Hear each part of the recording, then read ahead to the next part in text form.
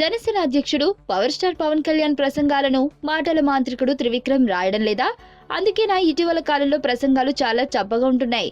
ఇంతకీ గత ప్రసంగాలు త్రివిక్రమ్ రాశాడన్నమాట. నిప్పు లేనిదే పొగరాదు. మరి పవర్ స్టార్ స్పీచ్ త్రివిక్రమ్ రాయడం లేదని పవన్ అభిమానులు బల్లగుద్ది మరీ చెబుతున్నాడంటే ఏదో మ్యాటర్ ఉందనేగా. పవన్ ప్రసంగాలు త్రివిక్రమ్ రాయడం లేదని ఇదే విషయాన్ని పదే పదే చెబుతున్నాడు నిర్మాత బండ్ల గణేష్. పవన్ కళ్యాణ్ అంటే ఎవరు అని తన కొడుకు అడిగితే దేవుడు ఫోటో చూపించానని చెప్పిన వీర విధేయుడు బండ్ల గణేష్. అటువంటి బండ్ల ఇటీవల తెరమరుగయ్యాడు. సడన్ గా వచ్చి తెగ మీడియాతో మాట్లాడుతున్నాడు. పవన్ కళ్యాణ్ దయవల్లే నిర్మాతనయ్యాను, స్టార్ ప్రొడ్యూసర్ అయ్యాక పవన్ నాకు లెక్క అంటూ తిక్క ప్రదర్శించాను. అయితే ఇప్పుడు అర్థమైంది, పవన్ కు దూరమై బతకలేనని అంటూ కళ్ళ నీళ్లు పెట్టుకున్నంత పనిచేశాడు బండ్ల. జనసేనాని ప్రసంగాల గురించి గణేష్ మాట్లాడుతూ పవన్ త్రివిక్రమ్ మంచి స్నేహితుడు మాత్రమే. పవన్ చెప్పే ప్రసంగాలను త్రివిక్రమ్ రాసిస్తాడనేది పచ్చి అబద్ధం. ఆయనకు వేరెవరూ ప్రసంగాలు రాయాల్సిన పని లేదు. ఆయన ఓ శక్తి. ఖచ్చితంగా ఏదో ఓ రోజు ఆయన ముఖ్యమంత్రి అవుతారు.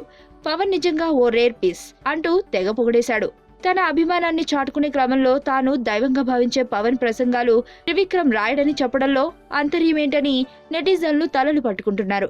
నరసింహ సినిమాలో పెళ్లి కొడుకు వీడే, వీడు వేసుకున్న షర్టు గురించి నన్ను అడగొద్దు అనే డైలాగ్ లాగుంది.